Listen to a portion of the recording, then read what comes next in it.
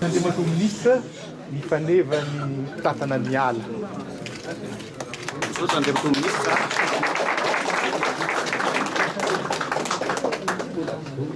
andeha ministra tamin'ireo ezaka nataonao teto amin'ny ministera ity. Matokoa ianao mandeha ministra fa hotohizanay izany ezaka izany.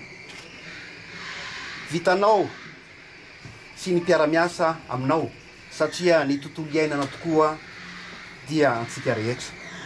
Mitodika amintsika mpiara-miasa eto ministera ny tenako. Maneo aminareo rehetra ny fahavononana iara-iasa ny tenako.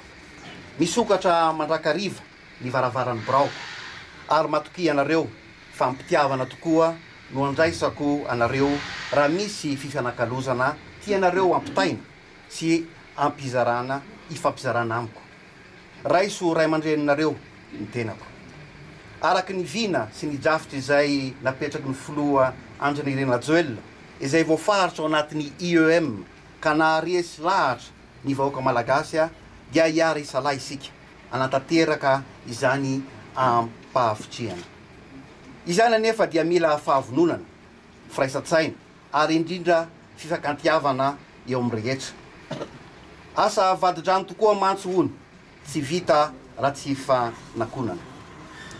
Laharam-pahamehana eto amin'ny ministera dia ny fitantanana ara-draviny ary ara-dalàna ho foana ny kolokolo raha misy zany, everiko fa tsy misy zany, fa mazava tsara ho ataontsika mazava tsara ny fomba fitantarana ministera.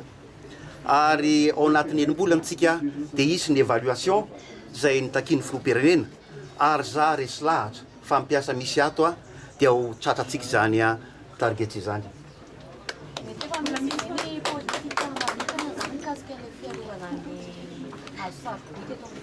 Misy tokoa tolérance zéro en bois de rose, tolérance zéro amin'ny fanondranana ny faune iflorantsika.